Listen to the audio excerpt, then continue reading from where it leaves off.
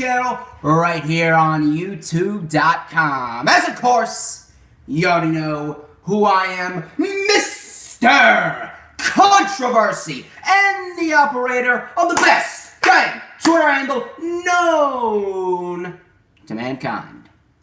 And ladies and gentlemen, welcome to yet another history-making show here on my channel, because this right here is the 11th annual special edition StormsStream right here on YouTube.com. And of course, you already know exactly why this is going to be the hottest show on my channel. I mean, every show's hot on my channel, but you know what I'm talking about, because I am without a doubt the greatest fucking wrestling analyst and the greatest fucking YouTuber of all time. Now, why don't we get into my guest introduction? Now, unfortunately, Nathan Best at Otis Section could not be here for the StormsStream. However, there was only one man that could possibly fill such a huge void. Ladies and gentlemen, this man is one of the YouTube wrestling community's fastest rising stars. Loyal WWE fan, loyal DJ Storm's posse member, coming to you live from Texas. Please help me welcome my boy Sid, otherwise known as the Nerdy Mark. How you doing, Sid? I'm doing very well, DJ Storms, especially after that wonderful introduction. Checks in the mail. It is exciting to be here. I'm very excited to make history, as you say, on the 11th StormsStream. And I know you got a loaded schedule, so I would say let's dive right in. Oh yeah, we diving right into a lot. And trust me, we got a lot to talk about here on this StormsStream. So far we got 2 people watching. It's actually 2 people so far. Come on, man. You guys can do better. Where's the posse at? Where's the posse at? By the way, hit that thumbs up. Give this stream a thumbs up. We're going to try and get this to over 26 thumbs up. So far, my girl JoJo. Oh my God, is that Alexa? My girl Alexa. Oh my God, thank you so much for tuning in. You are absolutely fucking amazing. My guest, Sid, otherwise known as the Nerdy Mark. We are going to jump right into the festivities here on the StormsStream. And, of course, there is no better way to start the StormsStream than with the weekly show reviews. Now, who the fuck wants to talk about Raw? I don't. I'm pretty sure you don't. Nope. Click the like. Exactly. Exactly, Alexa. Click that like. If you're not going to click that like, you're going to be hearing from me real soon. But let's discuss just the main topics of Raw. So, we got Revival and Chad Gable and Bobby Roode. Now, I saw this match. I rewatched it. Now, I didn't watch Monday Night Raw at all when it aired live because I had Italian homework to do. But I had more fun doing Italian homework than I did watching fucking Monday Night Raw. But I saw this match. This was a fantastic fucking match. I loved every minute of it. I thought they did a great job. All 4 men. Bobby Roode can still go at 40 years old. Chad Gable, vastly underrated. And what can I say about the Revival? They are without a doubt the best tag team in the WWE on the Monday Night Raw brand.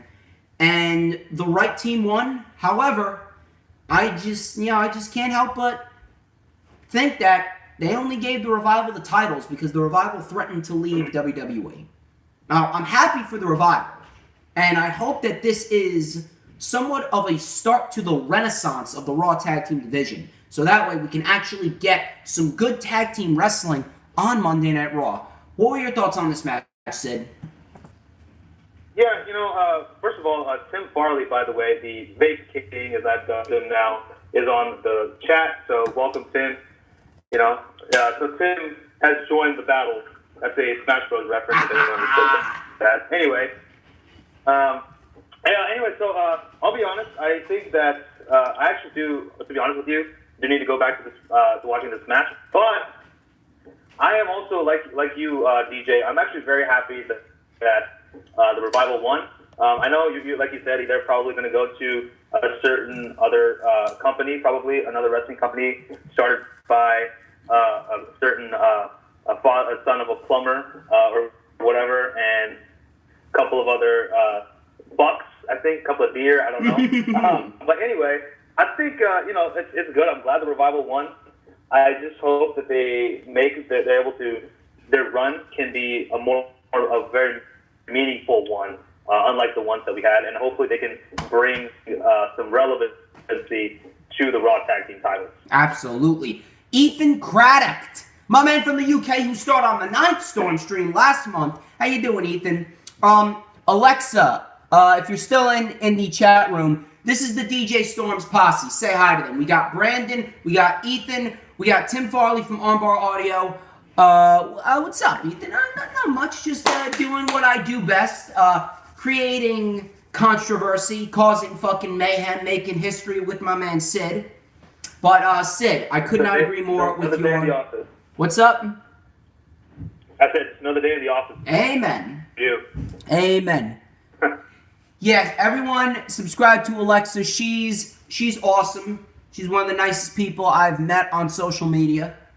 What's Brandon saying? I didn't care at all for the Revival winning. Yeah, a little late. It's a little late, but regardless, better late than never.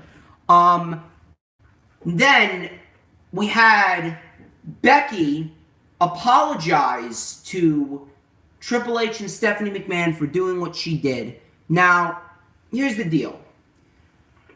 They made Becky's character look so fucking weak, but at the same time, they're going to get Becky so much more over than she already is with what Vince McMahon did and how he just presented Charlotte Flair. I am not mad that Charlotte Flair's in it, but it just goes to show you that WWE is so fucking lazy that they couldn't book a one-on-one match with Ronda Rousey and Becky Lynch, and they couldn't build up to that match. So, we can be mad at WWE there, but as far as what happened, they are going to get Becky Lynch so over. She's already the female Stone Cold Steve Austin. Becky Lynch is going to reach Daniel Bryan 2014 levels of over. I swear. And as long as she's in the main event of WrestleMania and Becky wins, I'm okay with it. So I'm not really going to complain too much about that. I'm actually not that mad about that. When I first heard it, I was, but now I'm not that mad about it. Oh my God, it's Jesse. It's Jesse. It's the fucking psycho dad, Jesse. Jesse, be sure to leave a thumbs up or I'm coming after you. That's Jesse, Alexa. Jesse, say hi to Alexa. She's one of my newest subscribers. She's amazing. She has her own personal vlogging channel. Now, I'm not as mad as with the Becky Lynch thing as I am with this Nia Jax thing. So for those of you who don't follow me on Twitter, follow me at Storms Takeover. Nia Jax decided to reply to my tweet, which I said that she was a failure of a women's wrestler and she was a joke, which is true, by the way. And Nia Jax therefore embarrassed herself, and all of her fucking loser-life fans, these low-life fans, in their dark bedrooms started to play International Keyboard Warriors with me when they have cookie crumbs and barbecue sauce all over their shirt. But there was one person in particular. Yeah, I'm telling you. Yeah, am I wrong, dude? Am I wrong? Most of these people are in their dark fucking bedrooms with cookie crumbs and barbecue sauce all over their t-shirt like slobs. Nia is fickle. You're damn right she's fickle. Yep. Damn right she's fickle. But I will discuss this individual after the weekly show reviews. Becky versus Ronda was the true match. Charlotte needs to step. Yeah, Charlotte is overpushed. Charlotte is very overpushed, but at least in this instance, she's being put in the situation to put somebody else over, which I really don't mind. Now, I'm doing well. Oh no, Alexa's conversing with Jesse. This is what I want, guys. SmackDown. I would say.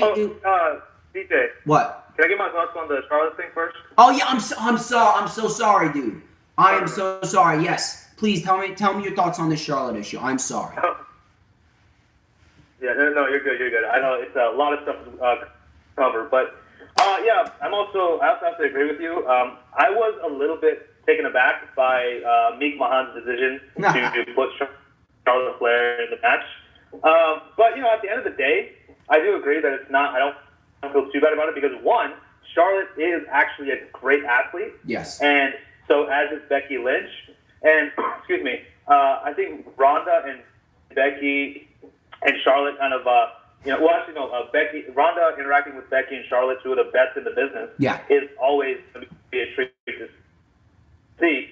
And as a matter of fact, this hate and this backlash that she's getting, Charlotte is, I think that really is accentuating her character a little bit because she is definitely on the verge of a heel turn. I can smell a heel turn a mile away.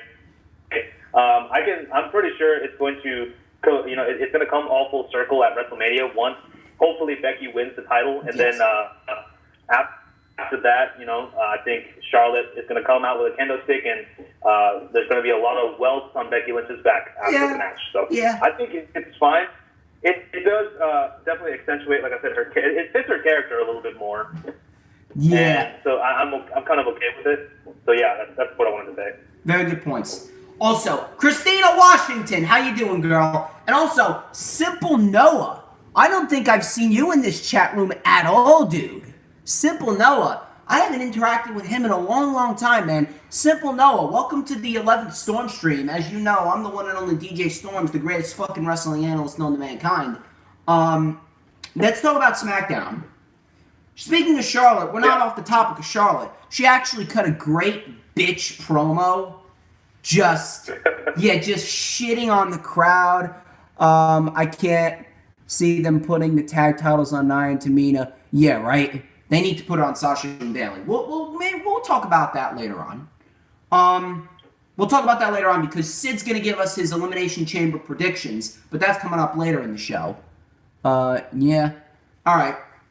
So she cut a very good bitch promo, and I loved it. But there was one line that made me fucking laugh because it was so fucking stupid. And she said that Vince McMahon made a smart business decision. Vince McMahon and smart business decision do not belong in the same sentence. That's an oxy-fucking-moron, okay? Please. I mean, whoever scripted that is obviously... Emphasis on the moron. What? I said emphasis on the moron. Yeah, emphasis on the moron. So you know one of Vince's golden boys scripted her to say that. Excuse me while I fix this picture-perfect hair. All right. Do you want to comment on the Charlotte promo, or you want to get into the match with the triple threat match?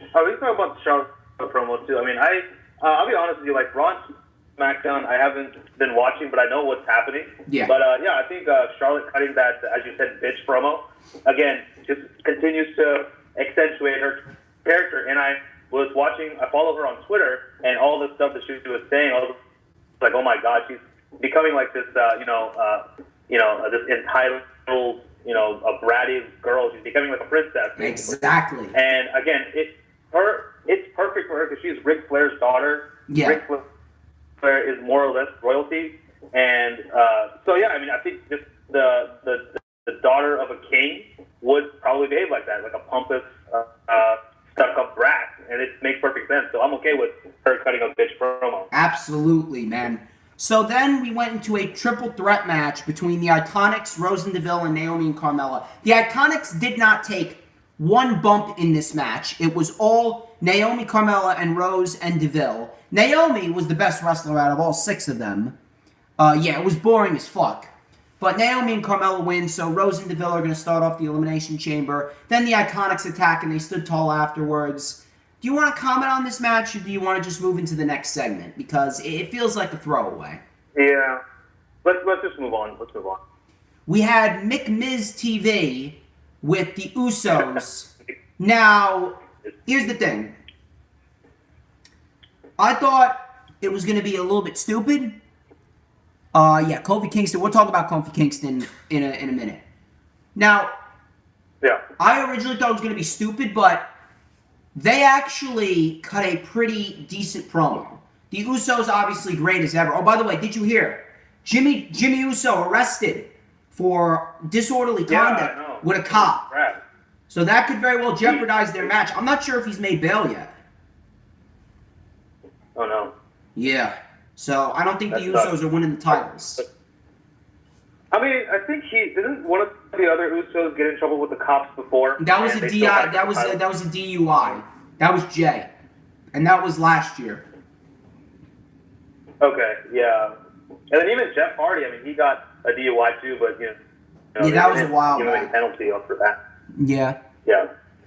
All right. So we'll see. Yeah. The Usos, they're cutting a great promo. They're saying, what's my favorite color and all that. They're being the Usos. And then The Miz and Shane, they pander to Toledo.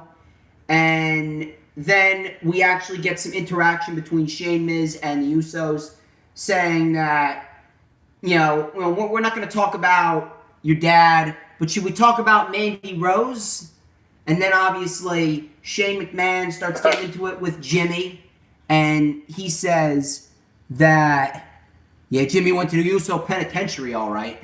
But then... Uso went to the penitentiary. Yeah. Jimmy went to the Uso penitentiary.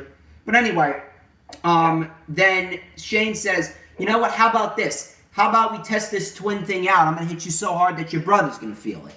So then we had a double super kick, and that was that. This should actually be a decent match. The match with the bar was actually fairly decent.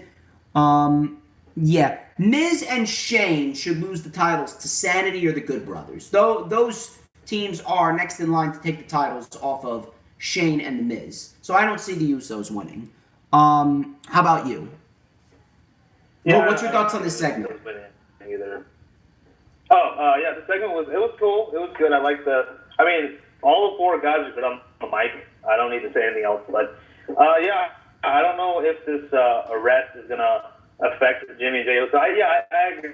They're probably not winning. And, I don't know. I would love, like you said, Sanity and the Good Bros to take it off of them. But I don't know if that's happening either, just because they haven't booked them properly, either of them, actually. But, yeah, as far as the segment's concerned, it was fine. It was fine for what it was. Nothing to write home about for me. But, yeah, I liked it.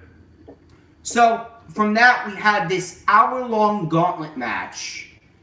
Kofi Kingston. I know how good Kofi is. When you put him in there, you put any member of the New Day in there as a singles competitor, they show you that they can still fucking go. I'm telling you right now. Yep. We had that great match with Kofi and Bryan to kick off the gauntlet match where Bryan just kneeing Kofi in the back of the neck. Bryan just taking Kofi down. Oh my God, it's JoJo! JoJo, my girl from Cali, I love you. My Valentine for the day. She's my Valentine for the day is JoJo. Even though all the ladies want a piece of DJ Storms, trust me, Dean Ambrose ain't the only one with raw sexual magnetism. Yeah, you gotta teach me your ways, DJ. Trust me, young squire, I will teach you all that I know, and in time, you'll be a DJ Storms fucking chick magnet. Call me Chick Magnet Storms, motherfuckers. But anyway, back to the gauntlet match. DJ will be on my... I can't read that, damn it. It vanished. Will you be my DJ time? DJ time? I don't know what that means. Like Valentine DJ time. I don't know. Yeah. But anyway, if Mustafa was in that spot, it would have actually been pretty cool. But Kofi won. He defeated Bryan with the Trouble in Paradise. He had a great showing against Jeff Hardy with the SOS. Then he eliminated Samoa Joe in a fluky way. But, the fact that he's surviving this long is impressive in its own right. Guys, be sure to hit that thumbs up. So far, we're at 3. We then had Styles coming out saying, dude, you don't have to do this. But Kofi expressing that inner fire. And he's like, come on, do it. I've waited too long. Waited 11 fucking years. Fight me. So, Kofi, 37 years old, and he can still go. I'm listening, but I'm cooking. That's okay, JoJo, as long as you're listening. As long as you bring us some of that good food. Exactly. Bring me some of that good food. I heard you making breakfast burritos. I mean, come on. Send one to Texas and then send one to Jersey, please. Yeah. So then. I like mine with eggs. Yeah, exactly. I like mine with bacon and hash brown. Anyway, what's Jess saying? I didn't mind Kofi taking the spot. Yeah, I didn't mind Kofi taking the spot either. But yeah, Shelton, you're still here. You're listening. That would have been good. Yeah, Shelton or Ty or Rusev or Nakamura. Thank you for sticking around, Alexa. If you got any questions for me or Sid, what? I thought that it was going to be Rowan taking Ollie's spot, just because Daniel Bryan would want his own man in there. I didn't think he was gonna. I didn't think they were gonna do a 6 participant in the gauntlet match. Jesse actually pitched the idea of Luke Harper taking Ollie's spot and him laying down for Bryan at the end of the chamber and joining forces with Bryan and Rowan, and then Bray Wyatt comes out. Yeah, and Bray Wyatt goes on a quest to gain back his family. So credit to him. I made hash browns, scrambled eggs with bacon and sausage. Oh my God, please, can I get some? Please, can I get some? Me too. By the way, if you guys got any questions... Bacon, huh? Yeah, bacon. And guys, if you got any questions for me or Sid, you too, Alexa, even though you're not that big of a wrestling fan, come on, you got some questions? That's what I like. I like to be interactive. How the hell Samoa Joe was in champion? Joe. I don't know. I don't fucking know. Dude, I want to give Samoa Joe a hug, dude. Like, I feel so bad for him. Oh, my God. Well, he put you in the coquina clutch, then. Even though he'll probably choke me out, but... Yeah. He'll probably choke me out, but that's okay. Yeah. Alright, but anyway, this gauntlet match ended in the funniest fucking way possible. I was laughing my ass off at the ending of this gauntlet match going into 205 Live. Literally, Styles is waiting for Orton to come out, and all he does is come from behind, RKO him, and you hear Tom Phillips scream, "Oh my God!" 1, 2, 3. Randy Orton gets the final spot. It's Randy Orton. Yeah. Oh my God. It's Randy Orton. So I kind of expected. I can't be mad at that though. I can't. Like shit like that. Not at all. But. Yeah. Randy Orton is perhaps one of the most unintentionally funny guys that the WWE has. Yeah. Yeah, that spot was pretty ridiculous. He's like the over-the-top action heroes from the 80s. Exactly. That's really what he is. Exactly. Yeah. Like, he's like, if you've seen the movie The Expendables, Dolph Lundgren's character is basically like an exaggerated version of himself. That's how I feel Randy Orton is. Yeah. No. But anyway. Low gravity boys, all that good stuff. Yeah. Anyway, yeah. Yeah. Randy Orton as a heel is truly one of the best things. Yeah, but Kofi, he's the real MVP around here. That's awesome. Like, Kofi Kingston. If they ever do split up the New Day, which they should, but they probably won't because of up, down, down. I think Kofi definitely deserves a title run of some sort, whether it be the U.S. title or the WWE title. I don't care. I need put a damn belt on the man, not just a tag belt. Put a singles belt on that man. Yes. Well, up, down, down will be mentioned. Up, down, down will be mentioned later, and you'll see why. Okay. But anyway, 205 Live. If you're not watching 205 Live, you're living life as a wrestling fan wrong. You know what I like about 205 Live? The fact that they don't even have an hour, but yet they got multiple storylines going, which are fucking great, and they're putting on great matches every week. And then meanwhile, we can't even get a halfway decent match on Monday Night Raw. And if we do, it's like once in a blue moon. 205 Live, great fucking wrestling, and a lot of things to go into it. Why isn't Lio Rush a contender for the Cruiserweight title? I think he will be. I don't know if the Cruiserweights are on the pre-show for Elimination Chamber. I don't know. It'll happen. I hope not. It'll happen. Don't jinx it. I think it is, actually. I think it is. Anyway. Yeah. Anyway. 205 Live started off. 205 Live started off with a match between Jack Gallagher and Lince Dorado. Decent match for what it was. By the way, I love Lince Dorado's Golden Rewind. I love it. I think that's a great fucking move. Jack Gallagher, very good for... What? No, it is a good move. And the thing is, though, like, I basically call it a gun stun because that's kind of what it looks like. If you see the New Japan, yes. In Tamatonga, like, he does something called he has a gun stun, so yeah. Yeah. But, Tony Nese, yes, we'll talk about Tony Nese later. But decent match for what it was. Gallagher, very physical. Lince Dorado. I love the triple moonsaults out of the corner that he does. Very athletic. Gallagher ended up winning with a roll-up. Gulak was on commentary. Apparently, they are going to be volunteering to train Humberto Carrillo. I actually like this. That, man. Yeah, Humberto. I swear, dude, this kid, in such a short amount of time, has fucking impressed me.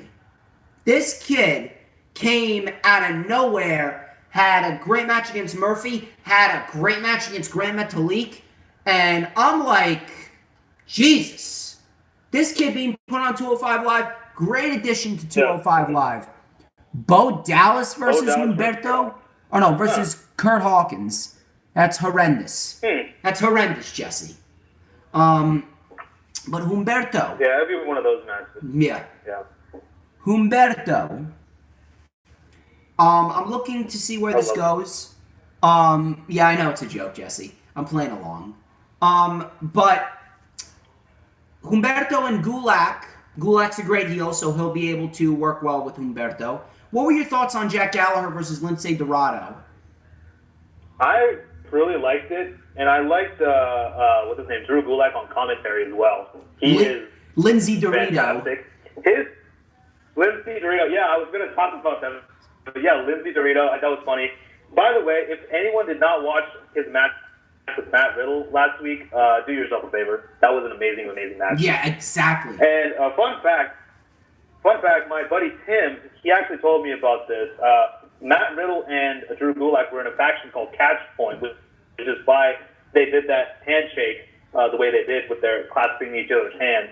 Really? And actually, yeah. So and Drew Gulak did the Catch Point thing too after Jack Gallagher won the match. So I liked it, man. I enjoyed it. Two different styles of wrestling, lucha style versus the British style. Like I loved it. It was good. Both guys are amazing. I like them both. Only thing is, it's just a little hard to take Lucha House Party seriously, but because they're basically the New Day if they were luchadors. Mexican version of the New Day, yeah. But regardless, if you put them in a more serious, feud, I think that they'll be able to impress. Yeah. But yeah, absolutely. But great match though. I love. Yeah. But God, only 4 people watching. Come on, guys. We gotta get to 10. We need to get to 10 viewers. Tell your friends. Tell your family. Tell your dogs. We had Arya Daivari cutting a promo, and I'm actually interested to see where this goes with Arya Daivari. I hope he looked like in that promo, he looked like he was about to drop the hottest mixtape of the year. Yeah. So I actually hope they do something. What? I think go ahead. Oh, okay. Then the main event. Yeah. Which was probably the match of the week. The main event. This was probably the match of the entire week. Tony Nese and Noam Dar. Oh, in a no disqualification match. Guys, if you have not watched this match, go back and fucking watch this match. This was a great fucking match all around. Great fucking match all around. Yeah. I enjoyed every fucking minute of it, and they got very innovative with this match. Cedric Alexander, dude, Cedric was on 205 Live like last week. He's still here. He's still around. But Tony Nese, I've been a huge advocate of Tony Nese recently since the reboot of 205 Live. Noam Dar, he's slowly coming along, actually. He's slowly coming along, and he's having better and better matches by the week. Before, he was really kind of boring as a heel, but as a babyface, and ever since he came back, he has turned it up a notch. This feud, again, multiple undercard feuds, and an undercard feud for 205 Live is main eventing. Meanwhile, we can't even get a good undercard feud on Monday Night Raw with guys like Apollo or Finn Balor. I mean, Bobby Lashley's trash, so we don't really need to discuss him. But this match, great fucking match. It had everything you're looking for. Noam Dar utilizing the steel steps. We had Tony Nese draping Noam Dar out on the ropes and the chair and doing a springboard moonsault to Noam Dar. We had a 2 count. Oh my god, that was amazing. We had a 2 count there. We had Noam Dar. Right after that, Nese actually lifted Dar and the steel chair and power slammed them together. That was just, oh my god, that was a thing of beauty right there. Yeah, I know Finn Balor's a technical main eventer, but right now they're putting him in the mid-card feud. I know he's a main eventer. Yeah, trust me. Yes. Then we had Noam Dar do the Fujiwara armbar with the steel chair. Mm-hmm. We go to the outside. Yeah. Noam Dar has an armbar, a triangle locked in. Tony Nese walks up on the bottom half of the steel steps, which was right next to the announce table, and with one arm, deadlift power bombs Noam Dar through the announce table, throws him back in the ring. Noam Dar kicks out. Then we're back on the outside, trading blows. Tony Nese says, "Fuck this, I'm ending this match." Does a running Nese to Noam Dar, knee first right through the barricade, crowds chanting, "This is awesome," rolls him back in the ring, and that's it. Tony Nese wins. Great fucking no DQ match. This may have been the best match of both men's WWE careers so far. What were your thoughts? Oh yeah. What can I not say about this match? I was at a loss for words when I saw this. This was great stuff. I think you pretty much highlighted all the spots that I wanted to talk about, because I actually made notes on these two matches, because I was actually going to record NXT and 205 Live, but since we're doing the stream, I said, you know what, I have to kind of not do that. So, this was amazing stuff. I am really excited to see where Nese and Dar go from here. I do hope they put the title on either one of these men. Yeah, Nese needs a Cruiserweight Championship run.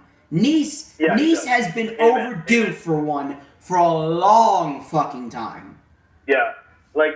This whole match, I was just going, Jesus Christ, because, I was at, like I said, I had no words, but what a fantastic match. And yeah, if you guys, anyone who's watching, Storm's Posse, if you have not watched this match, again, do yourself a favor and go check it out, please. Watch this match now, people. And then the main segment we had after the stream. Yes. Yeah. We had after the stream. Tony Nese versus Finn or Dean. You have talent. Exactly. Then we had a main segment with Buddy Murphy and Akira Tozawa. Now, this is the first match between these two. I am calling this right now.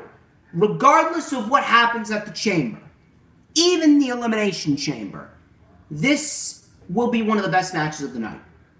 This will be one of the best matches of the night. And any freaking men, dude. Yeah. So Buddy Murphy. I'll drink to that. Yeah. I'll drink to that as well. Yeah. So then, Buddy Murphy's like, here, take a selfie with the championship, because that's the closest you're going to get. And what I liked here was Tozawa.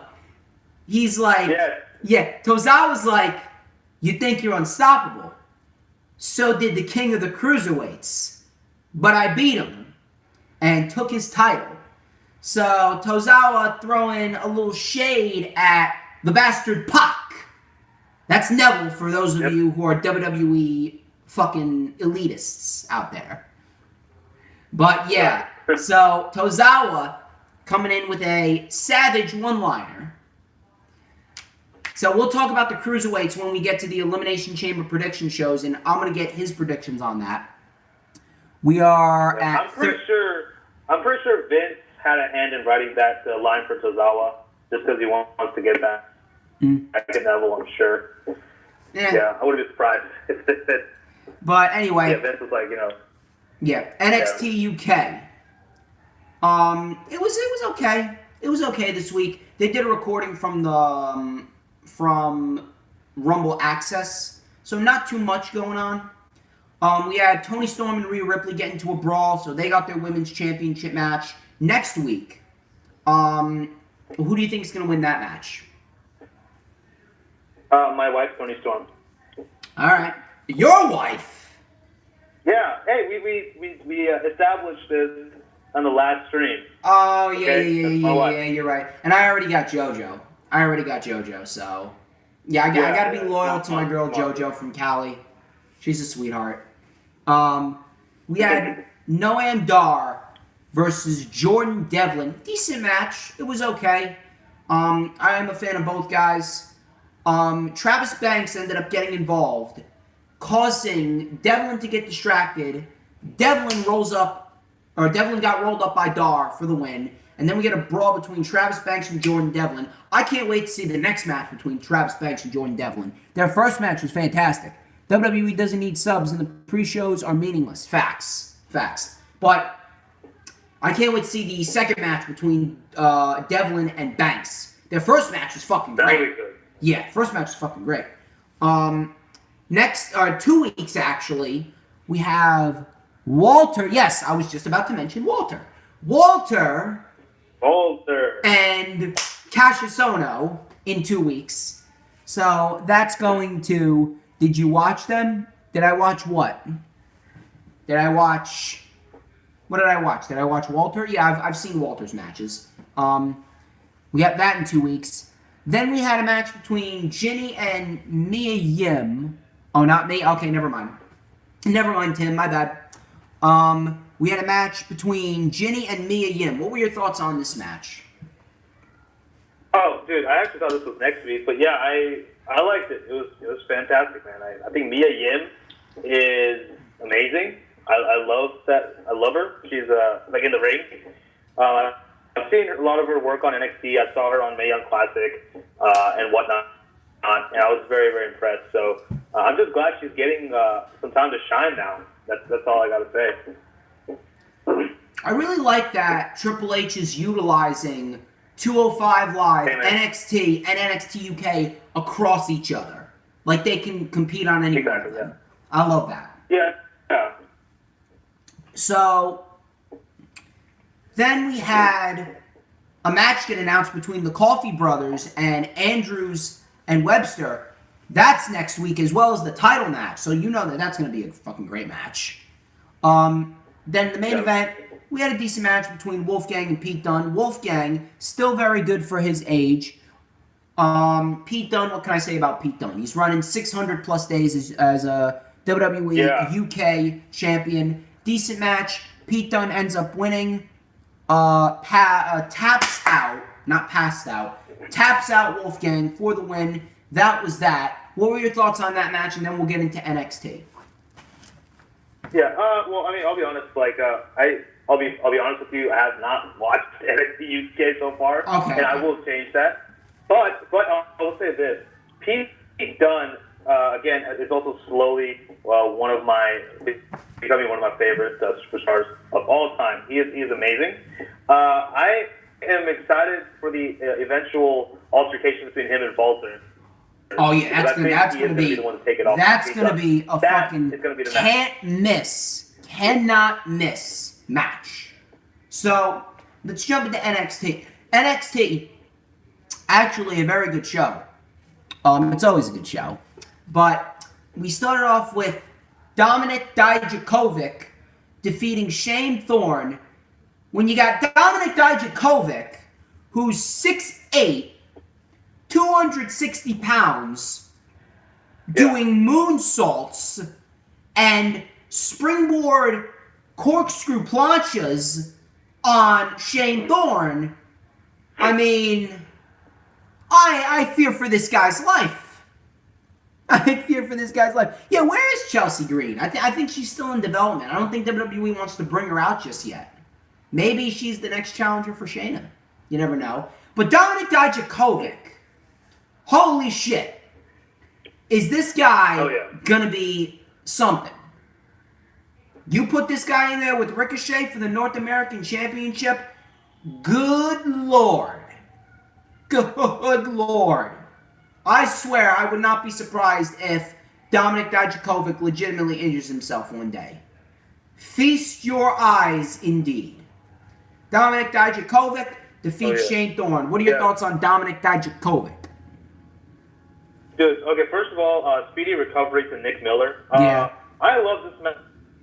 I'm really liking Dijakovic, and actually Tim in the chat kind of took the words out of my mouth. I do need to see Dijakovic and Punishment Martinez in a match or interact somehow. Anyway. Yes. Yeah, but this was a decent match. I thought it was really good. I mean, I think it was really both men just really freaking going at it with each other. I mean, even though there's no actual feud going on in that between the two, but it felt like, oh my god, they've been feuding for the past month or something. But I really liked it. I thought it was a decent match. But yeah, I'm looking forward to see what they do with Dijakovic. Maybe, him and Martinez in a program. Him and Matt Riddle would be good. Yes. So that would be great. And by the way, for those who haven't seen, there is a match in the Indies between Dominik Dijakovic, who went by Donovan Dijak in the Indies, versus Keith Lee.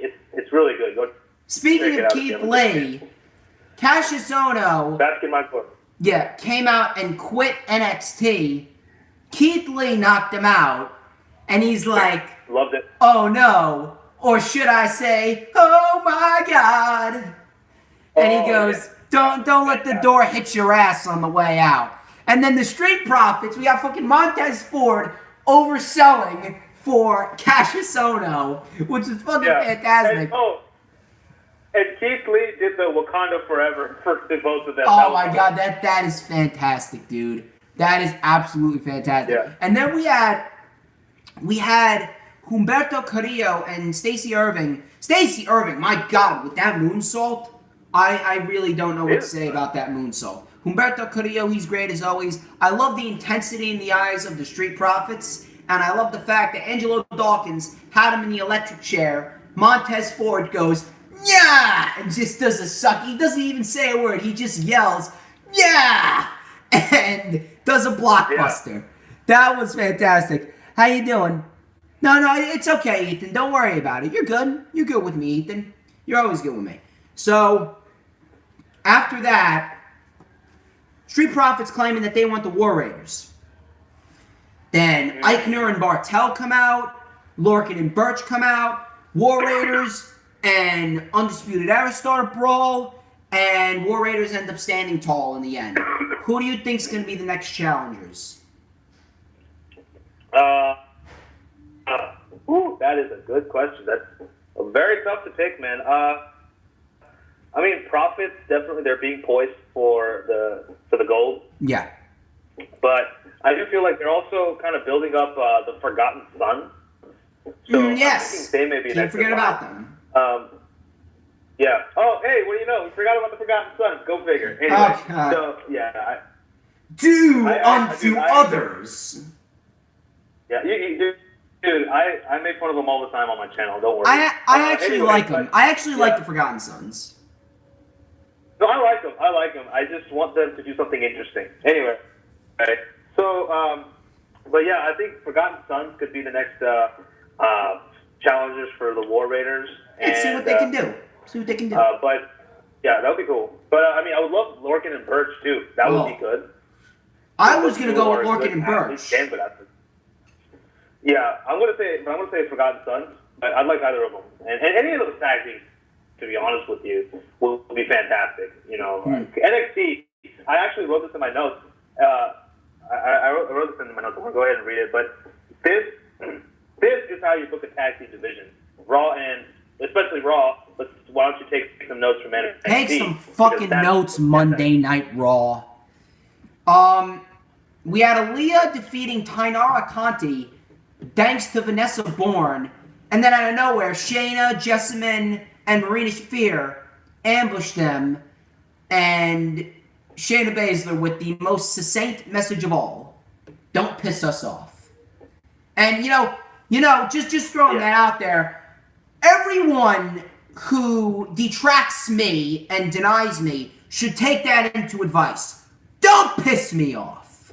But I'll talk about that in the next segment, which is coming up very, very quickly. So what were your thoughts on this? And then we'll get into the main event.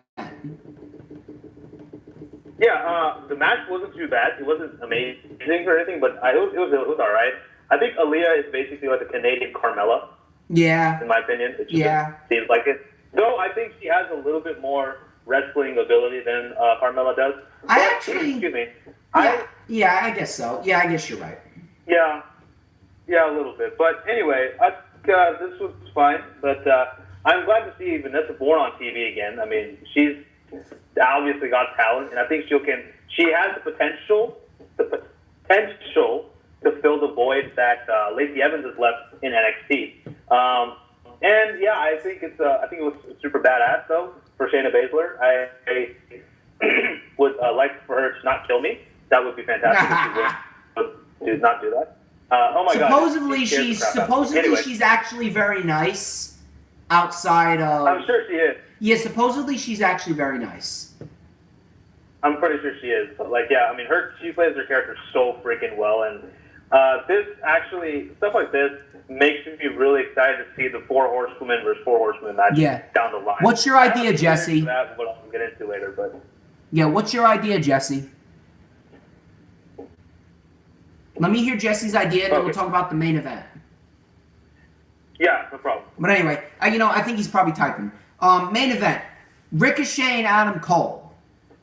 This was it started off a little slow. It started off in a way where Adam Cole was working on Ricochet's leg because he got caught up in the turnbuckle, and Ricochet needs to.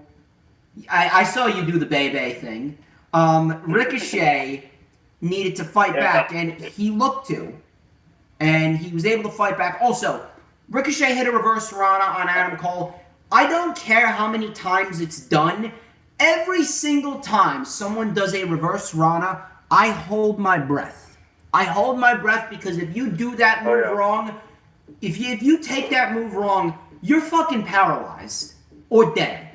I swear, I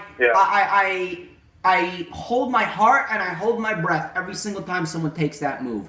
It looks too brutal. You couldn't pay me enough money to take that move. You could not pay me enough money to take that move. No, sir. But no, sir. From there, Ricochet can sell a move. Yes, he can. He even did a one-legged springboard swanton bomb right on Adam Cole's legs.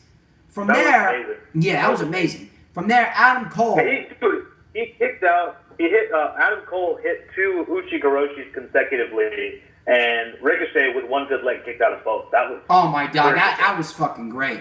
And then the ending to this match was so fluid. Ricochet, Northern Lights suplex into the spinning brainbuster, into the cross-legged Meishinuku driver, all in one fluid motion. I fucking loved it. How can you hate Ricochet? How can you hate Ricochet? He's too damn good. Yeah, I know. And that was that. Will Ospreay better. Yeah. Undisputed Era ended up attacking. How about Bray comes out, attacks Bryan, and then have Rowan turn on Bryan, have Sanity come out and attack everyone? Well, that would actually be pretty. You know what? If that brings Sanity on TV, I'm okay with it. Yeah, right? I don't even care. But we had that. Yeah, then Aleister Black came out, too. When Undisputed Era ended up standing tall in the end. So that was that. Yeah, that was good. I liked this match a lot. It wasn't as good as the one in TakeOver, but I don't blame him. I was there live at TakeOver for that one. I was there in the audience. Oh, shoot! Wow, awesome. Yeah, I even did some fan interviews. I did a fan interview with Zach Albert, with Kervin from Yep I Like Wrestling, and with Tommy McGrogan and Glenn Davidson. Tommy McGrogan and Glenn Davidson are my 2 best friends over at Wrestling Express. They are hosting a meetup this Sunday for Elimination Chamber. It's going to be at Pub 46 in Clifton, New Jersey. I will be there. Tommy McGrogan will be there. Glenn Davidson will be there. All the members of Wrestling Express will be there. I can't wait. I'm going to have a fucking blast. Starts at 6:30 p.m. if you live on the East Coast. Come on and hang with Chick Magnet Storms, McGrogan, and Davidson. Anyway. So, apparently Jesse wants you to have a match with Big Cass, so, okay. That's Me? Fine. And Big Cass? I didn't even see. DJ versus Big Cass. I didn't even see. I don't think the comment came through. My bad, Jesse. I'm watching the live stream myself, so you're watching the stream as you're starring on it. Yeah, JoJo did the same thing. Yeah, so I don't know if JoJo's still here, but it looks like will you be live on Sunday? Will I be live on Sunday? I don't know if I'm gonna do an actual live stream on Sunday. I'll be live tweeting on Sunday. I'll take a picture with McGrogan. What? I said, as will I. I'll be live tweeting as well. Yes, yeah. Elimination Chamber predictions. Yeah. Do you want to do Elimination Chamber predictions before we get into the rant that I need to talk about? Let's do Elimination Chamber predictions. Let's do Elimination Chamber predictions. Right. What are my elimination? No, I'm saving my Elimination Chamber predictions for the rundown for Elimination Chamber. That's taking place over the weekend, most likely on Saturday. Hey! Dion Patterson! All right! My man, Dion Patterson. Loyal member of the DJ Storms Posse. How you doing? All right, so yeah, if you want to tell me your Elimination Chamber predictions, you can. I'm not, but this is going to be Sid's segment. So I'm going to tell him the matches, and he's going to tell me his predictions. Let's start off with Akira Tozawa versus Buddy Murphy for the Cruiserweight Championship. It's going to be Buddy Murphy after a damn good match. Awesome. That's what Hey, Alexa, you're still here. Match Alexa. Alexa's still here. Hey, Alexa, thank you for sticking around. Yeah, Alexa, you've been very quiet. Bloody Murphy. Yeah, Bloody Murphy. Alexa, you've been very quiet. You can ask some questions. Ask some questions, guys.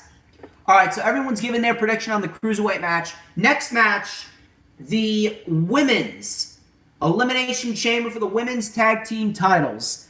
Boston Hug Connection, Sasha and Bayley versus the Iconics, Billie Kay Payne Royce versus the Samoan Slaughterhouse, Tamina and Nia Jax versus Carmella and Naomi versus Fire and Desire, Sonya Deville and Mandy Rose versus the Riot Squad, Liv Morgan and Sarah Logan.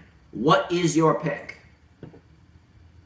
Personally, I would love for it to be the Riot Squad because I think they kind of sort of deserve it. They've been doing pretty well. I mean, they've been eating a bunch of losses. I think that makes no sense. They have a lot of potential. But anyway, it's kind of hard to pick for me. I don't know who I don't want. I definitely don't want the Samoan Botcher House to win this match. Oh my God! More than just Botcher, the Samoan Injure House. Yeah, tell me about it. Anyway, yeah, I definitely don't want them. I think it's going to be Sasha and Bayley, so I'm going to go for them. Okay. Yeah. Next. How about Finn Balor and Lio Rush? Or no, Finn Balor versus Bobby Lashley and Lio Rush. 2-on-1 handicap match for the Intercontinental Championship. Dude, if it's not Balor, I will freaking riot. That's all I'm going to say. Please do. I want you to burn headquarters to the ground. And actually, let me bring back the tagline. For those of you who do not know the tagline, I once coined the tagline during my beginning years of YouTube, and it was probably the most random tagline ever, and I'm going to bring it back for one night only. I made up this tagline during Extreme Rules 2016. Now, this was pre-DJ Storms, and I was just so angry at the results of Extreme Rules 2016 that I just started ranting and rambling, and I actually tweeted, hashtag take over that motherfucker like I'm Captain America. No joke. No joke. So here's what I want you to do, Sid. I want you to riot with a pitchfork and a torch. I want you to go to WWE headquarters if Balor doesn't win, and I want you to take over that motherfucker like you're Captain America. That's what I want you to do. No, I'll probably just wipe out half those people like Thanos. Good. Oh, that's a new one. That's a new one. Put that on a fucking t-shirt and sell it. All right, next match. Ruby Riott versus Ronda Rousey for the Raw Women's Championship. Yeah, this is also going to be a really good match, but it's going to be Ronda. It's going to be Ronda. Yeah. There's no contest here. Yeah. How about But it's going to be a good match, though. Yeah, I bet, without a doubt. All right, give me your predictions, guys, for that match. Yeah, totally ignored. I didn't see your comment, to be quite honest with you, Jesse. I missed it. It like faded away too quickly. Jesse, what was your comment? I didn't see it. I'm sorry. Here, comment again. Let me see. Yeah, what was his comment? They will probably win just to piss everybody off, I think. Who? I think you're talking about Tamina and Nia. Oh my God, Jesse, please don't put this bad juju in the air. Anyway. That's what, yeah. Yeah, but next, Braun Strowman versus Baron Corbin in a no disqualifications match. I don't know because this is going to be the bathroom break match for me. But I guess if I had to pick, I guess Braun Strowman. Interestingly, there was a time where I actually wanted to see this match. Back when Baron Corbin had hair and he was wearing like his badass attire back in the day. Exactly, when he was United States champion, that was the peak of his career. Yeah, who cares? That was great. I would have loved to see Braun Strowman and Baron Corbin at that time. Ethan Craddock, who cares about this match? Yeah, I don't. I definitely don't. I guess Braun, I don't know, because everybody likes to see Baron's bald ass getting kicked in. So, yeah, Braun Strowman. Before we continue with the predictions, all matches should be Hell in a Cell matches, you said, Jesse. I disagree because that's kind of overkill. A Hell in a Cell match for every match on the Hell in a Cell pay-per-view, yeah, that's way overkill. You can't do that. Hell in a Cells need to be 1 or 2. 3 maximum. 3 maximum. That's it. Anyway, next match. Miz and Shane versus the Usos for the SmackDown Live Tag Team Championships. I think this will be Miz and Shane. I do think they're eventually going to drop it to some tag team down the line. But it won't be in this one. This is their first title defense, so I would keep it on them for right now. Yeah. And I think, eventually, maybe at what's the next pay-per-view? I think it's Fastlane? Yes. No. Yeah, Fastlane. Maybe they'll drop it there, and we'll start a feud between Shane and Miz going into Mania, because Shane always has to have a match at Mania, especially now that he's the best in the world. So, God, don't even remind me. Yeah. DJ Storms and Jesse for tag team champions. Hey, why the fuck not? Yeah, come on, Jesse. Sure. You and me, the two polar opposites of this wrestling community, Jesse and DJ Storms. That's fine. Anyway, I will be the Intercontinental Champion. Yeah. You could be our manager as well. The manager, okay. Yeah, as long as I get to wear a Bane-style jacket and hold my collar like that. Exactly. Ladies and gentlemen, my name is Paul Sidman. There you go. You're going to be Paul Sidman. Jesus Christ. You know it's good. Yeah, you'll be the hype man, but a better hype man than Leo Rush. Leo Rush needs to stick to the wrestling. I like Usos after what happened with the Miz and Shane. I'm predicting sanity. I hope so. Christina. I remember one time you said that you're like a combination of Leo Rush and Tommaso Ciampa. I am. Yeah. I have the swag and the style of Leo Rush, and in just a few moments, you're about to figure out why I'm Tommaso Ciampa. And Jesse, that doesn't sound like a bad idea. I'd say you have a little bit of MJF in you too, just because. First of all, I think it's the beard, and also like if you had a scarf, I could definitely say that. And I do have a scarf. I should wear it next time. I do have a scarf. Yeah, I'm gonna wear it next time. I'm gonna wear it on the 12th StormsStream. Yeah, you do remind me a little bit more of MJF than Tommaso Ciampa. Which is not a bad thing at all. I think the reason why is because of the black hair. That's why. And your chin strap. Yeah. I mean, come on. How can you not love these long, glorious, majestic sideburns? You're too emo to grow a beard? Hey, no one's too emo to grow a beard, Ethan. Nobody's too. The Scarf of Storms. Exactly, Jesse. See, Jesse, this is what I want out of you. This is what I want out of you on the StormsStream. Yeah. No one's too emo to grow a beard, Ethan. No one's too emo to grow a beard. I want beards in the DJ Storms posse.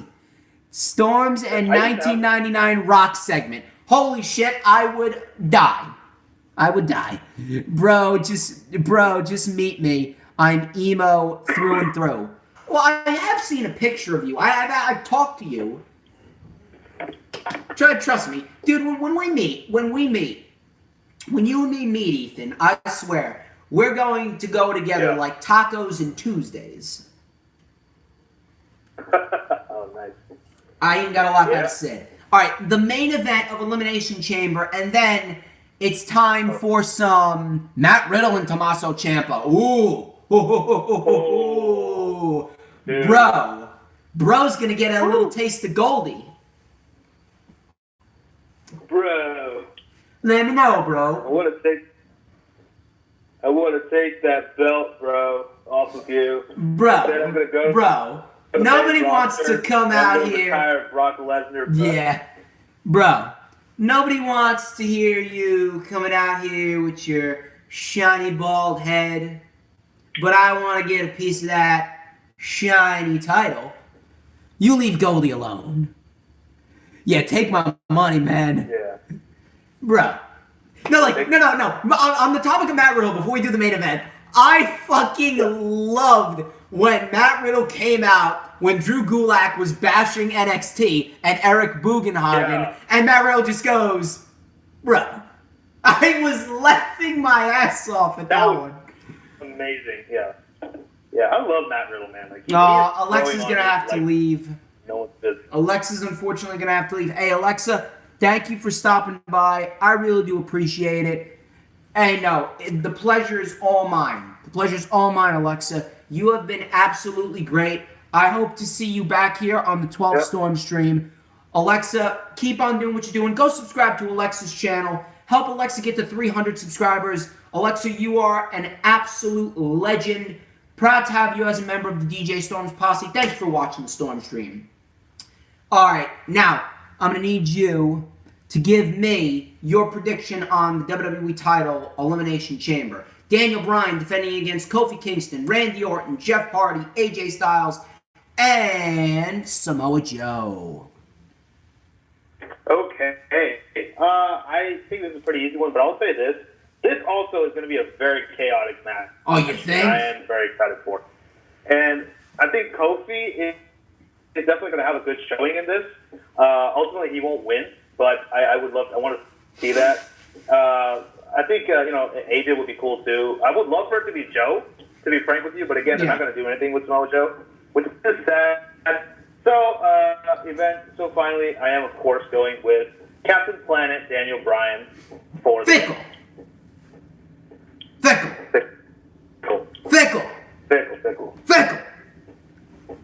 Jesse, you're fickle. Yeah. Christina, you're fickle. I don't care. I'm running that Captain Planet joke to the ground because that's pretty much what Daniel Bryan is now. He's Captain Planet.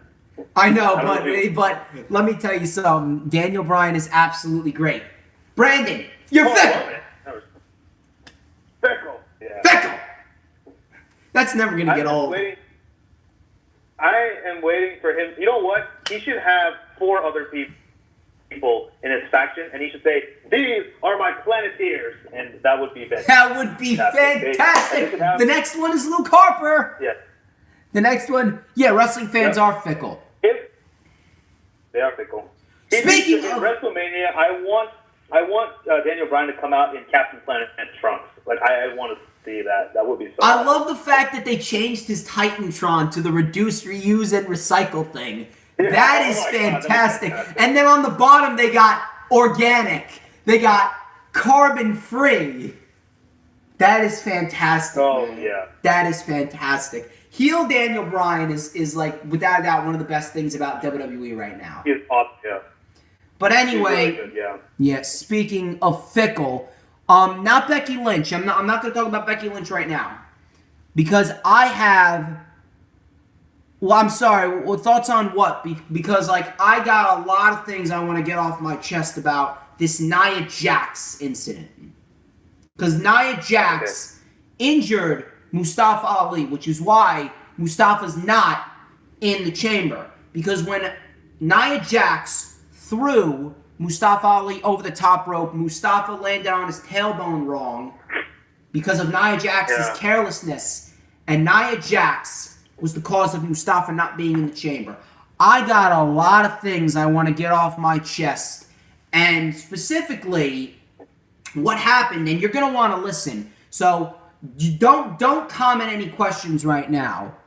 Don't comment any questions. Yeah, she has. Don't comment any questions because this rant's going to be very long and you are going to want to hear it because I'm going to call a specific person out.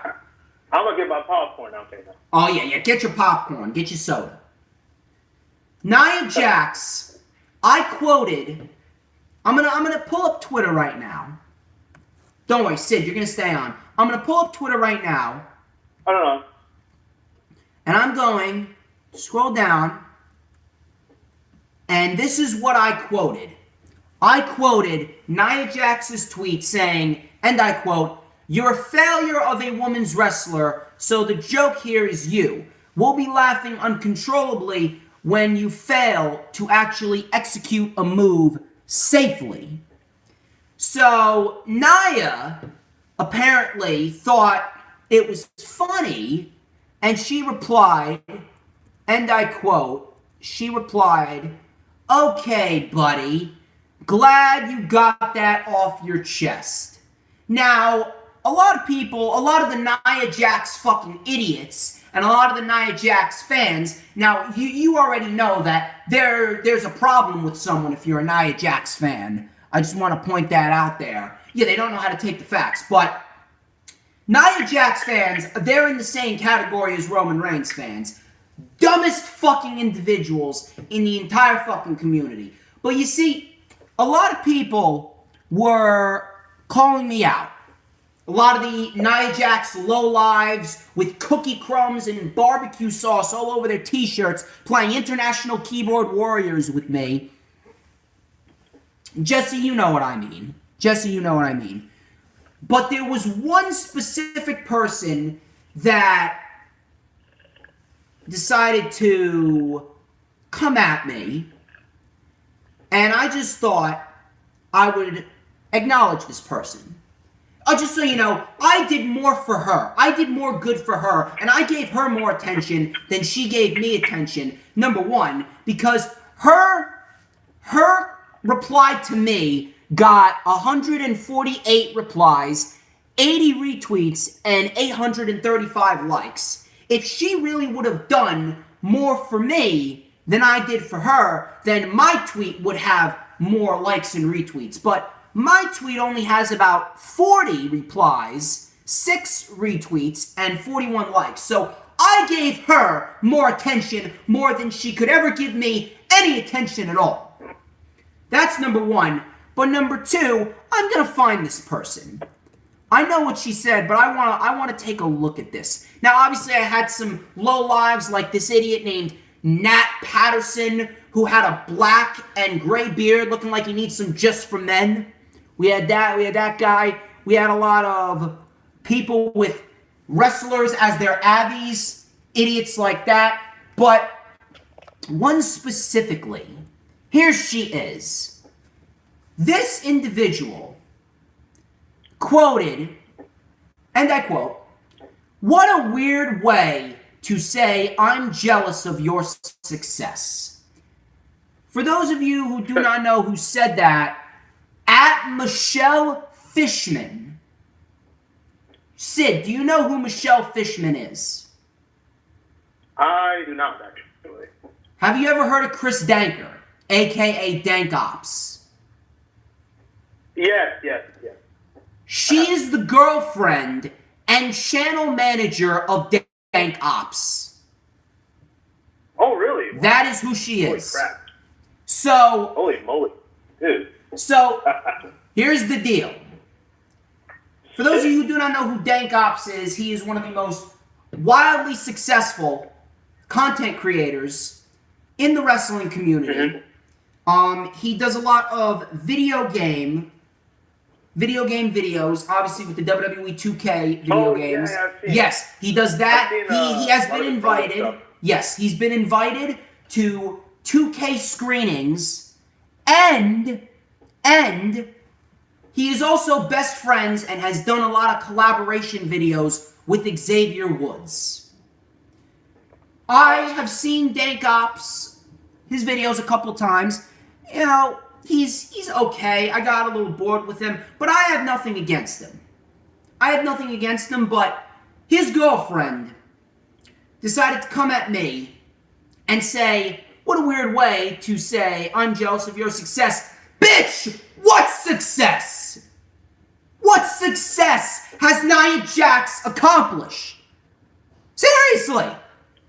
What? Let me start from the beginning. Nia Jax's main roster run has been one of the worst runs of any women's wrestler of the modern era. She had one of the most irrelevant and one of the worst Raw Women's Championship reigns in the history of that title. She had one of the worst, if not the worst, women's feud in WWE for 2018 with Alexa Bliss. And the majority of her main roster run is filled with nothing but botching and injuring people. This has nothing to do with success. So what success? What success has she accomplished? Oh, is she making more money than me? I don't give two shits about how much money she's making. I don't care. Everyone with a job is making money. I'm making money with my job and I'm just fine. This has nothing to do with money. This has nothing to do with the position that she's in. The whole reason that she's in that position is because of her family legacy and her relationship with The Rock and Roman Reigns. That is the only reason why she is in the position that she is in. She's a horrendous wrestler. She can't cut promos to save her fucking life. Yeah, Orton versus Harper in the background, but this is about Nia Jax right now, but I'm not done. I got plenty more to say. Facts only. That's damn right, Ethan. So, that happened, and I'm contemplating to myself, why did she come at me? And why did she say this? Because let me run down something for you. She doesn't follow me. I don't follow her. Matter of fact, before she even replied, before she even commented on my tweet towards Nia Jax, I forgot that she and Dank Ops even fucking existed. I legitimately forgot that they even fucking existed. Why did she do this? Why did she reply? Well, I'm about to verbally end Dank Ops and Michelle Fishman. So, record this. Why did she say this? Well, Dank Ops, her boyfriend. Look at the position that Dank Ops is in. Why is Dank Ops in the position that he's in? Why is WWE allowing him to go to their content creating screenings? Why do they give him exclusive content? And why is he allowed to collaborate with Xavier Woods? The guy's a fucking shill. The guy is a fucking shill to the WWE. I have not seen Dank Ops tweet, and I have not seen one video of Dank Ops saying anything critical about the WWE. I have not seen one fucking video of Dank Ops saying anything critical about the WWE whatsoever. He is a fucking shill. Yeah, he may be friends with the New Day, but the fact of the matter is that he is going out there and he praises the WWE, and all he does is fucking video game content.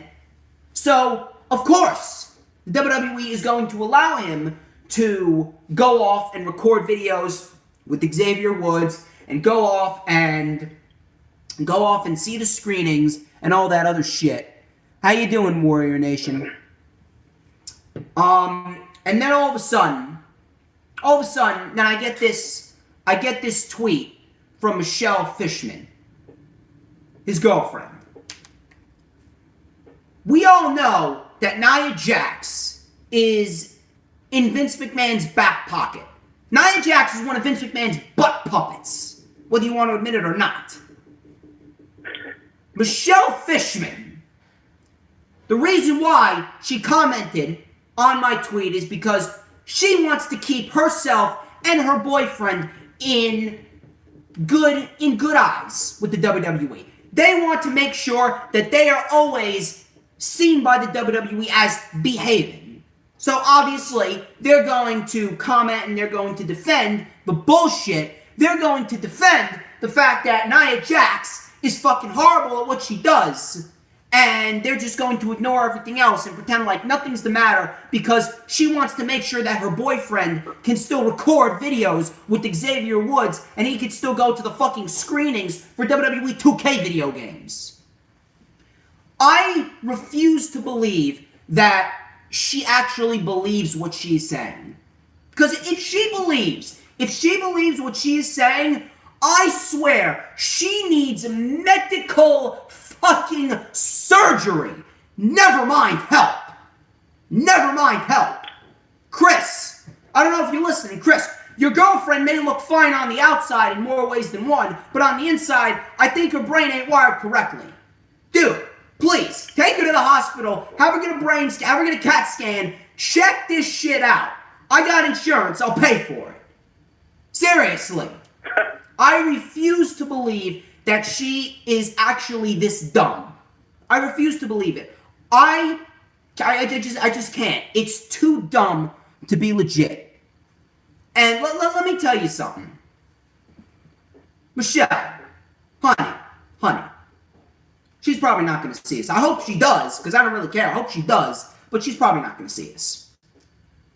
Honey, you could be a shill all you want. You could be a shill all you want. I don't care. You could be a shill to whoever you want. Don't do it on my time. Okay? You want to be a shill all you want? Do not do it on my time, okay? Stick to being a dog mom and a channel manager and leave the wrestling analytics to the pros. Thank you very much. Jeez, I mean, come on, it's Valentine's Day weekend. Shouldn't you be in bed with your boyfriend rather than wasting my time? Wasting my time with this tweet, and I see this tweet in the morning, I reply, and she doesn't even bother to reply. She made the right decision there. But seriously, go to bed with your boyfriend, and why don't you give him some action just like you give the WWE corporate dick some action? Seriously. That's all I got to say about that. I needed to let that out. I needed to let that out because the fact that she just comes into my mentions out of nowhere and acts like a shill, whether she believes it or not, is inexcusable. If you are a shill and you come into my mentions with that bullshit, you're going to get called out and I will verbally end your ass. So please, Michelle, don't do that shit on my time. Yeah. What were you going to say? I said, in the words of Jim Cornette, thank you, fuck you, bye. There we go. But anyway, I'm sorry, guys. Jim Cornette, but I like that. Yeah, I don't like Jim Cornette either. I needed, what if I say so? You could say, go on, say something, Jesse. Go on, say something, Jesse. I don't care. I know I'm great at what I do. I am 1,000%. I am 1,000% the greatest fucking YouTuber in the wrestling community. I am the wrestling community. I am untouchable. Nobody is on my level. I'm here, everyone else is here. Except for those who agree with me. Of course, the nerdy Mark, he's coming up to my level. He's slowly creeping up. You know me, Sid. You know me, Sid. But you're still a fucking beast. You are still a fucking beast, Sid. All right. Oh, no, you're my dog, dude. You're good. You're good. Thank you, man. And again, certainly been a pleasure to collaborate, and we are on our last topic of the evening. Actually, no. I want to get your thoughts on Nia Jax taking out Mustafa Ali. Oh, it is very, very unfortunate that Mustafa Ali, bless you, got injured at the hands of Ms. Jax. And I think there's also kind of a reason maybe why they scrapped the intergender match was supposed to have with Dean Ambrose. Yeah. Though personally, I wouldn't have minded seeing that.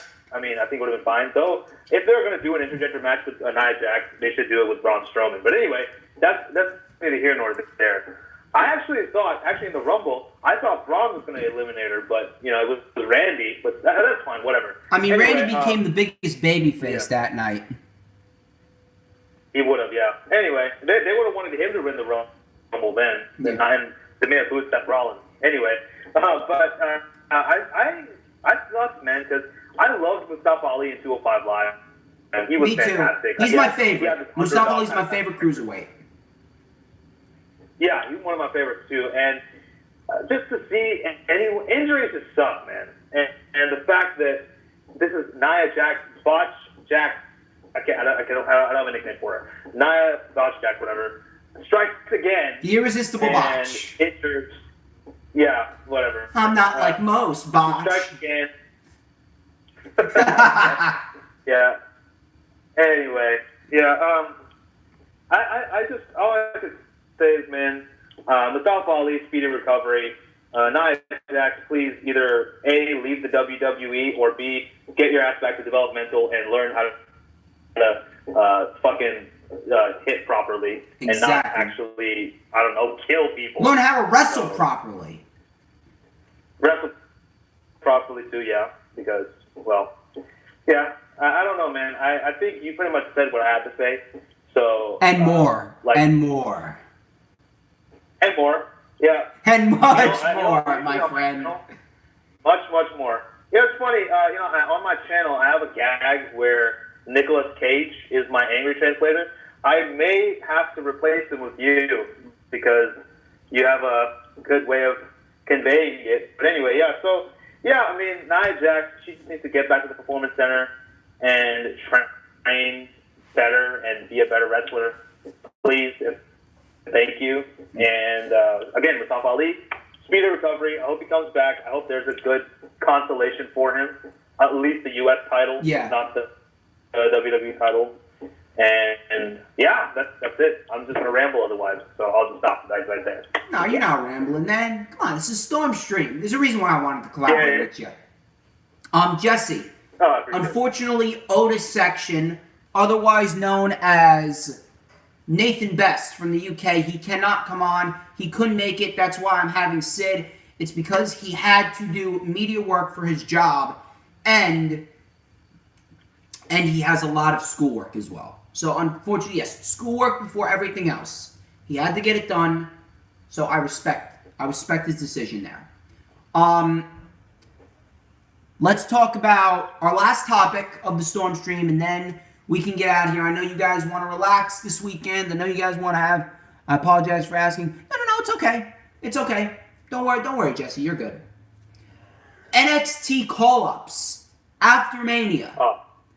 So, on our last topic here on the StormsStream, the NXT call-ups after Mania. As Randy Orton is about to get into the zone and take out Luke Harper in the background. But NXT call-ups. I'm going to let you start off. What NXT call-ups do you think there'll be, and where should they go? Okay. One of the big ones that I think is going to come up is Aleister Black. Yes. There's echo on the thing. Anyway, Aleister Black would work, and I would actually like him to go to Raw and have a program with Finn Balor. That would be pretty cool.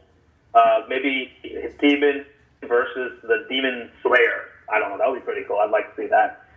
That is, of course, granted, Finn Balor is the Intercontinental Champion by Mania. So that would be cool. Another one, I think, he's been, I know that he was supposed to debut earlier, but he had some health issues. Lars Sullivan needs to debut after Mania. Him and Braun Strowman would be a good feud, so put him on Raw. This is kind of a gamble, but I kind of want to see it. Adam Cole Bebe would be cool. Put him on SmackDown. Have him feud with, I don't know, anybody. Yeah, right. To be frank with you. Just anybody. Yeah. Raw. On Raw, he could feud with Dolph Ziggler. That would be fine. Yeah. But yeah, SmackDown, maybe.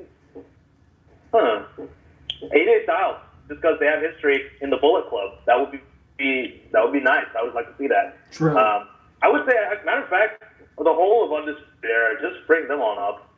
I think it may be too early for them because I remember Adam Cole did say that the Undisputed Era was going to be dripping in championship gold. So I think by the end of the year, we're going to see Adam Cole as NXT champion, Roderick Strong as North American champion, and Bobby Fish and O'Reilly as the tag team champions. You can't, put that out of your head. Yeah. I can see that. Yeah, that's going to happen definitely. But yeah, that's why I said it was a bit of a gamble for me, Adam Cole. Another one, as far as maybe females, I don't know anyone. Oh yeah, females. Yeah, Baszler, Jessamine Duke, and Shea Beer. 4 horsewomen. We need to see that. So. I would rather just call up Shayna Baszler. Because Marina Shafir and Jessamine Duke are still very green in the ring. No, I agree, but I think they're kind of like her henchmen, so I think it would just kind of work.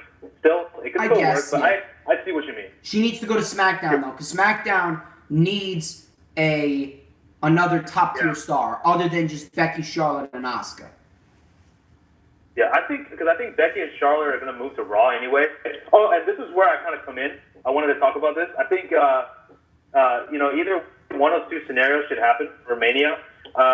Either Becky Lynch wins the title and Charlotte turns heel and we have Charlotte versus Becky on Raw, or we have a great match going on between the 3, and we have Duke, and we have Baszler, Duke, and Shafir interfere and help Ronda retain, and then we have Becky and Charlotte stay on SmackDown, and then Sasha and Bayley go to SmackDown, and we have finally the Horsewomen versus Horsewomen match at Survivor Series. So build it up until then. That would be a cool thing I'd like to see. Yeah. But yeah, those are some of my picks. Those are some of the people that I think are coming up after Mania. Jesse asked a question: who would be holding the gold when the Undisputed Era leave? I believe that's his question. Mm-hmm. That's a good question. I think that Bianca Belair is definitely going to be NXT UK NXT Women's Champion. The NXT champion will probably be Ricochet or Matt Riddle. The tag or Velveteen Dream. Or Velveteen Dream. I actually think Velveteen Dream's coming up after Mania. Yeah. Velveteen Dream. He could. And I think he's going to Raw. I also think you're right about Aleister Black as well. He's going to Raw. I think that Shayna's going to SmackDown.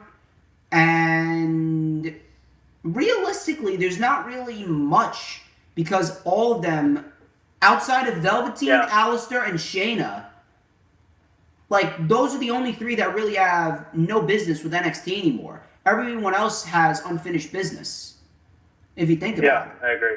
So I agree, yeah. Yeah, obviously Velveteen Dream and Aleister Black are going to do wonders. EC3, he needs to go to SmackDown.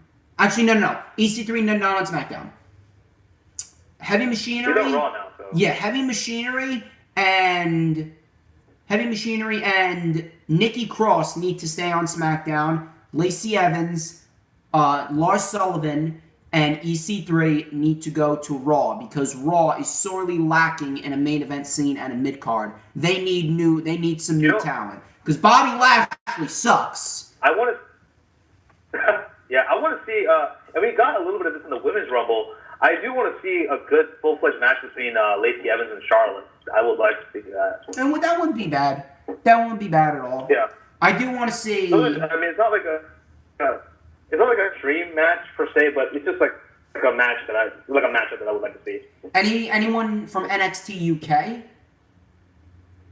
I don't think so. Not yet. Not yet. I think. But if you had to pick a couple, NXT UK just started. if you had to pick a couple, I would actually not mind if they put Mark Andrews and Flash Morgan Webster on 205 Live just to deepen the roster, and they could still do NXT UK too. Yeah. Yeah, and in that case, I guess Pete Dunne, 205 Live, that would be fine too. Yeah, Pete Dunne. Yeah. After Walter takes the belt off of him. Yeah, but Pete Dunne needs to be on the main roster first.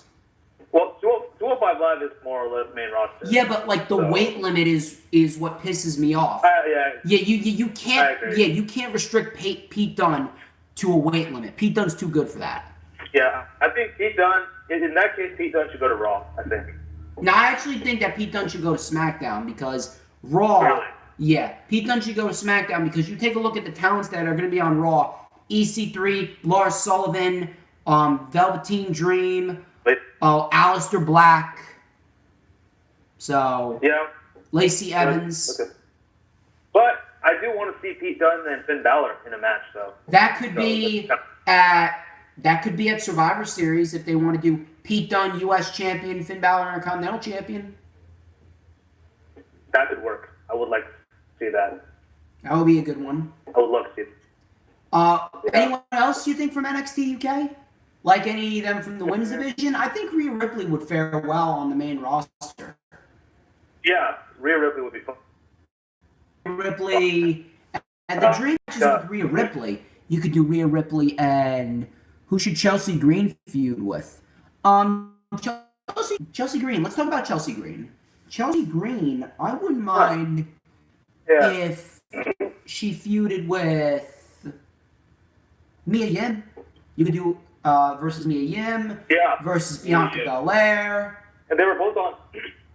Yeah, they were both on Impact, so there's a little history there between each other. So that would definitely be good.